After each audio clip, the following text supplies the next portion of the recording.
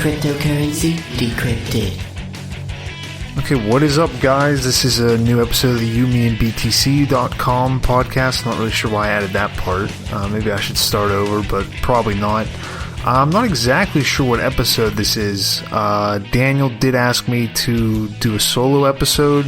He did ask me to do that coming up on almost over a week ago, so I figured I might as well record one before he does eventually ask me to upload one to him, and I have to give him the excuse as to why I haven't done it, although this week they're slightly more pertinent than usual, a little bit more believable, and I could probably get by with I'll talk about a little bit in this episode, but because this is a YMB and BTC episode, I'm going to try not to get too much into my rambling like I do with my personal podcast. So mostly, and actually this does kind of work out because, the way we started the YMB BTC podcast was talking about Bitcoin.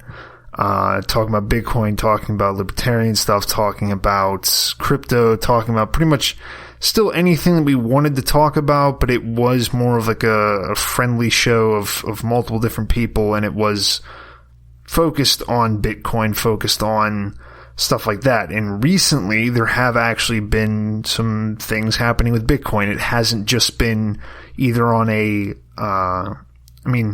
it has been, we still haven't had any super big like breakout moments or anything like that.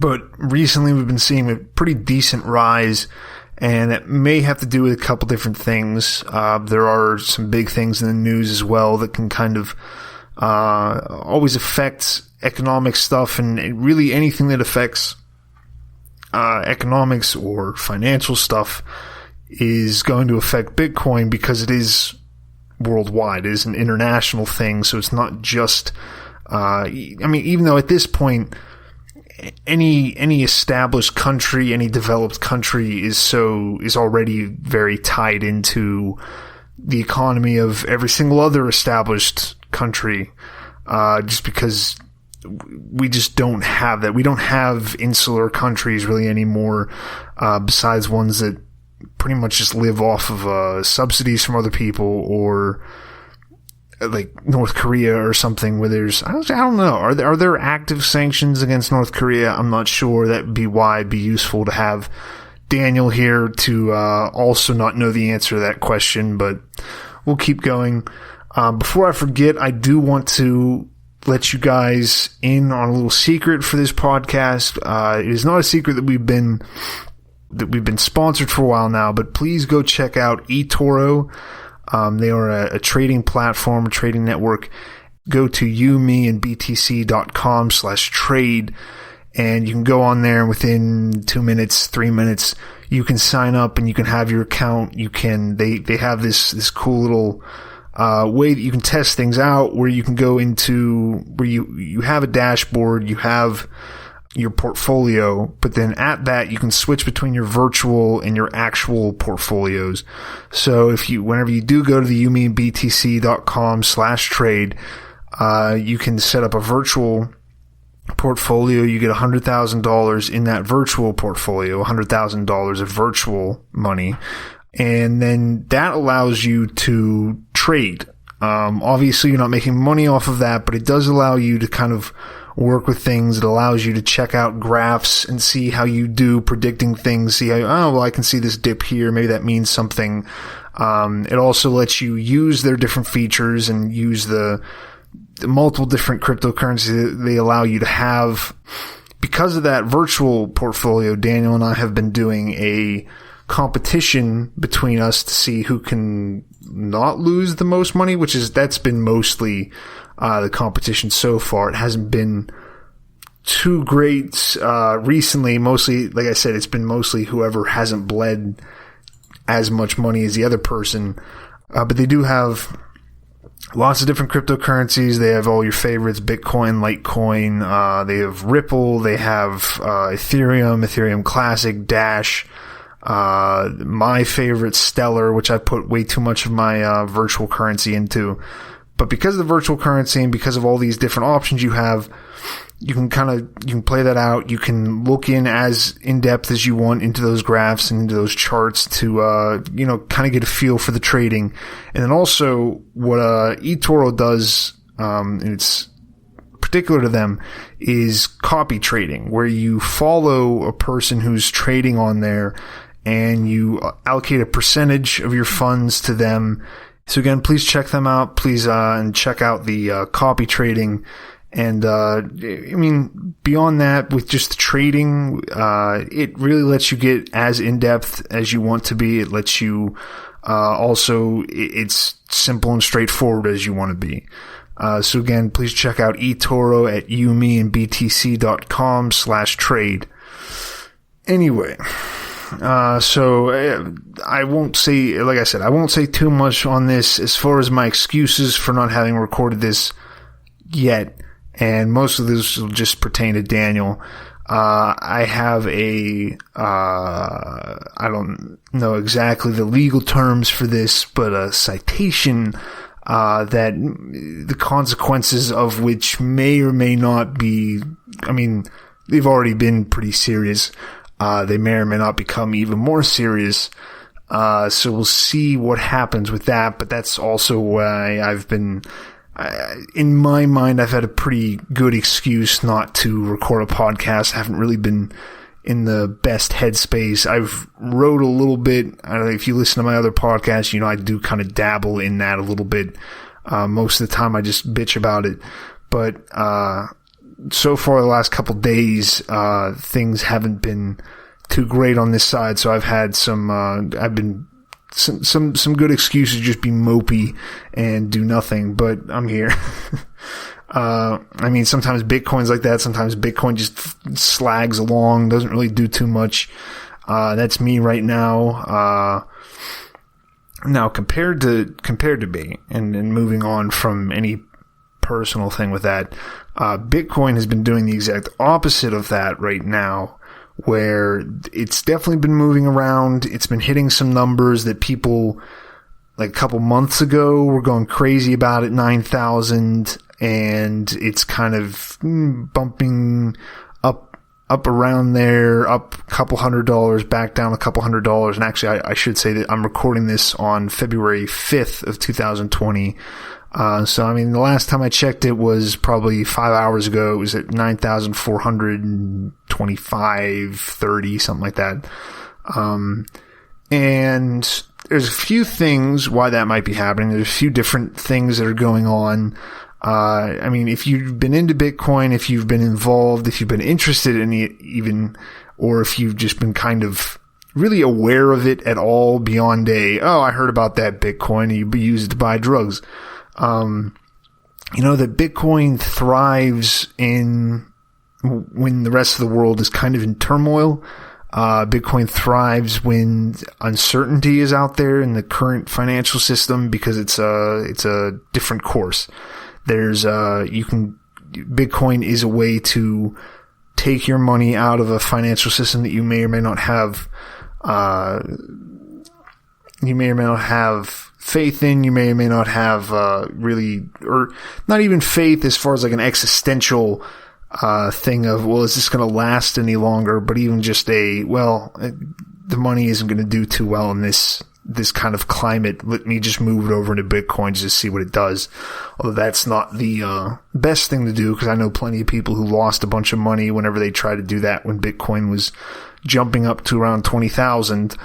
But recently, one, in the U.S., there's all kinds of things with the election coming up. I believe the Iowa caucuses just happened. I guess they're probably going to screw over Bernie Sanders again, as far as just being like, yeah, you can kind of run, but we're not gonna really let you do that. So there's that. Just everybody gets excited with elections. Everything kind of gets weird while people are like, well, who's going to control things next? And there's going to make whoever wins. We have so many different paths we can go down, because all presidents are just so vastly different from each other in their policies. They just change so much. The president is just so powerful, blah, blah, blah, blah. So we have that. we have and this is a couple weeks ago now, maybe over a month. I'm not really sure, but we have the whole thing with the Iran, or was that it? Iran, I believe. This time, I mean, you kind of lose track of them after a little bit, depending on how far back you have to look, as far as what country we may or may not be threatening war with. But you have that. So any kind of conflict is going to kind of get things moving in Bitcoin, kind of get people thinking, moving, trading, which, as we all know, affects the price. And if it's a possible, like, big event where people are like, whoa, the Iranians, they could have nuclear weapons, and then we have nuclear weapons. So then people are, well, I'll put a little bit more money into Bitcoin, because what happens if my bank gets wiped out by nuclear weapons? Not to say anything about Bitcoin working or people even caring about money once nuclear bombs stop the drop. But whenever you're dealing with Bitcoin, you're dealing with any kind of a financial system.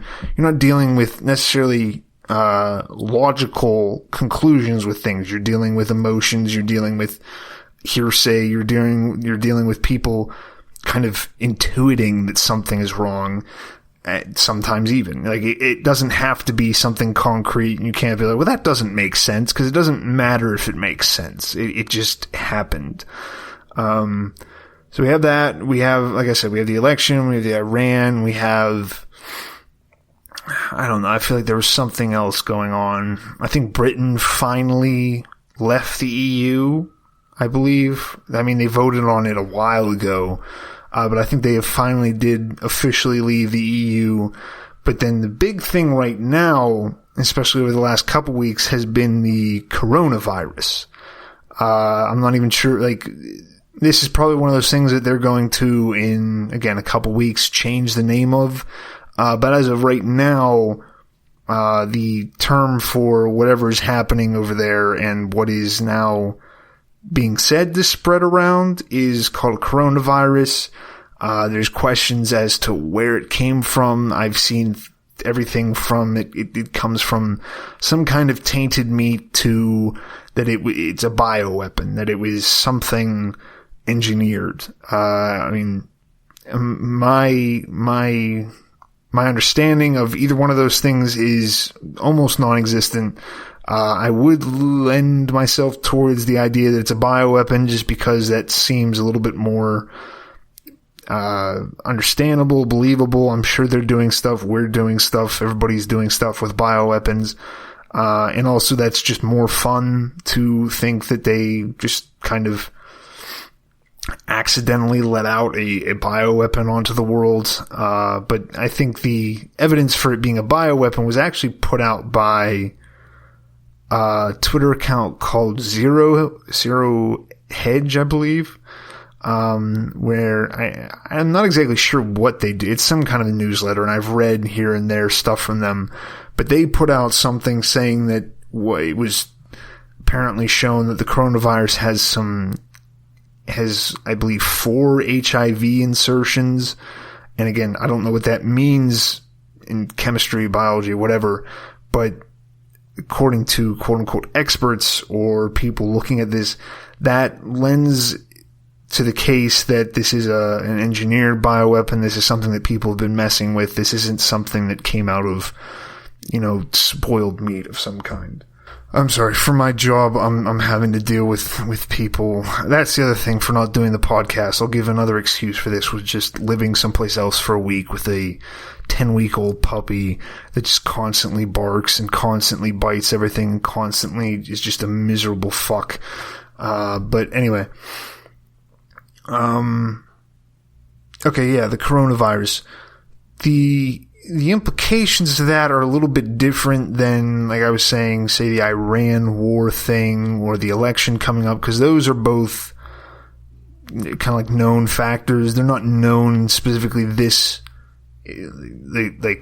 instance of them, but there's a kind of a wild card factor, I would say, to to the coronavirus thing, because like we've gone through elections before. We haven't gone through a second term of a Donald Trump election before, and we haven't gone through a war possibly with Iran specifically before, but they're things that we kind of have a playbook for, or an understanding as to why they may shake things up a little bit, but they don't have the kind of far-reaching potential that something like an epidemic has, and partly that's because I mean, in any situation, you can have people kind of fear-mongering and saying that things are going to go out of control and that everybody's going to go crazy. And that's what they did with the Trump election. That's what they did with lots of different wars where we're going to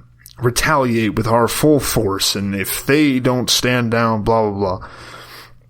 But a lot of times people don't believe that. A lot of times there's not going to be panic over something like that. There's going to be some people on Twitter complaining about it. Like I said, there's going to be some changes in financial stuff, but normally it's not going to snowball into like a giant issue or a giant shift in things.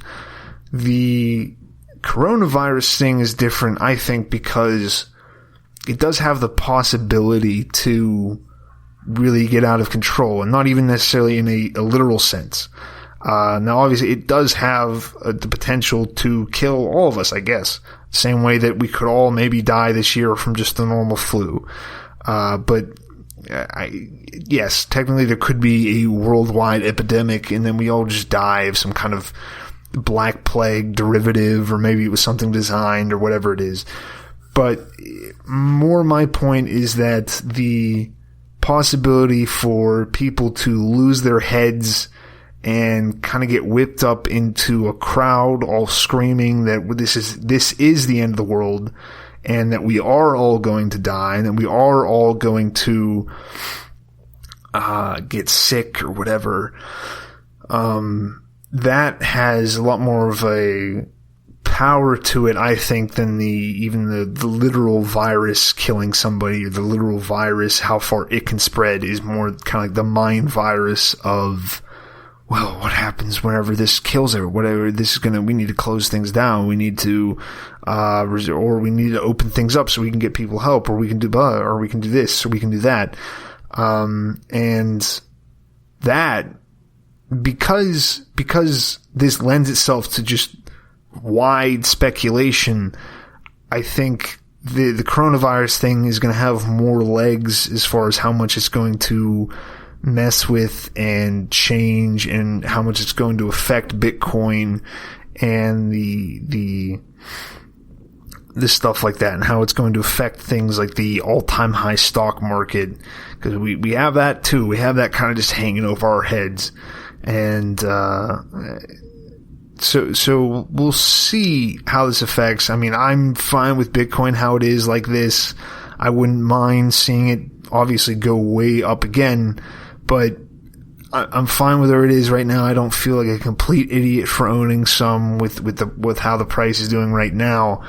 But I would be interested to see over the next couple months what happens with not just with the virus, but with the news coverage of the virus, and how kind of we as people view the news coverage of the virus. Like, do we think that they're lying to us? Do we assume, like, because you have so many different layers of this, whether it's, well, do I believe what the U.S. media is telling me that the Chinese media is telling me? Do I believe what the Chinese media is telling me? Do I believe whatever? You can, I mean, things have gotten so convoluted at this point with who's providing who with what information, and why they might be providing this information versus that information, that it really is kind of just up to whatever you want to believe in the moment. And that is, I believe, where Bitcoin is going to do well. I think that's where Bitcoin is going to see an increase in interest in it. I think that's where, especially once you start talking about shutting down travel and shutting down the ability for people to move. I mean, I guess it wouldn't really affect moving money around, but as far as just people getting funds out of a country, maybe that's locked down, Bitcoin becomes more of a useful item there, becomes more interesting, becomes more important to be able to get, although the person moving the money out has to, for some reason, be willing to do that while not being able to physically get out themselves. Who knows? But yeah, I mean, I keep an eye on that, keep an eye on what people are reporting as far as the point of that going forward. We'll see what happens. I mean, I've lived through several things where everybody was talking about how we're all going to get bird flu or how we're all going to get swine flu. And I mean, there are a few people that get sick. There are a few people that die, but it never really reaches in like what you think of as an epidemic level. Although, who knows what that looks like in real life. We just have these movies where, there's FEMA camps everywhere and the sun doesn't really shine through. It's kind of cloudy all the time and everything is dirty. But it might just be that you just don't notice it happening until then you get sick and then everybody around you is sick. So have fun with that image. Have a nice nightmare about an epidemic where nobody pays attention enough. We're all too focused on Snapchat or the election to notice that we're all sick and dying. I mean, as far as advice, because I just can't really do too much of this by myself. I have before. I remember doing like live shows for an hour, but those kind of just broke down to me just reading articles. Protect yourself, be healthy, exercise, drink enough water, get some vitamins, get sun, do pretty much anything that don't do what your doctor recommends, because he'll just be like, yeah, no, go get the flu shot and then take some ibuprofen. But yeah, if you need an excuse to kind of kick your ass into gear about living healthier, do it now. You might as well get your immune system up. Eat some garlic. Eat some zinc. I think. I don't know. That might just be for sleep, but also just get sleep. Take some magnesium. Most people are deficient at magnesium. But no, I mean, sleep is going to be very important. Make sure you're getting enough sleep so that your body is working at whatever your optimum level is, and just don't be around other people as much as you can, I guess. I mean, that changes depending on who I'm talking to here, but if you're capable of it, I don't know, avoid crowds of people with masks. Definitely just walk away from them. But this will be interesting. It'll be fun to see what happens exactly with everything, with the virus and with the election. I mean, because we're only just getting into the whole election cycle, and we'll see where this all goes. And then the impeachment is happening now at the same time. So who knows what all is going to happen as far as, I mean, in a week, in a month, we might forget about the coronavirus. We might forget about there'll be something new for us to freak out about and think that the world is going to change and it's going to end, which is so much more exciting to us than thinking that we're going to have to keep on supporting it for the next decade, which we can't seem to fathom ever. We're just like, no, it's going to end. Global warming is going to kill it all. We're all going to die from viruses. The Russians are going to blow us up. Nothing's going to last ever. The dollar is going to collapse tomorrow. So I don't know, prepare for the long term, if you can.